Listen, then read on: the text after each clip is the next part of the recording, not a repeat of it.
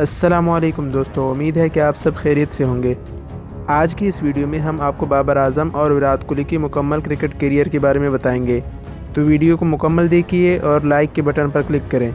तो चलिए शुरू करते हैं। विराट कोहली की वनडे मैचों की तादाद टोटल 265 है, जिनमें 44 सेंचुरियाँ और 64 फिफ्टियाँ मौजूद है।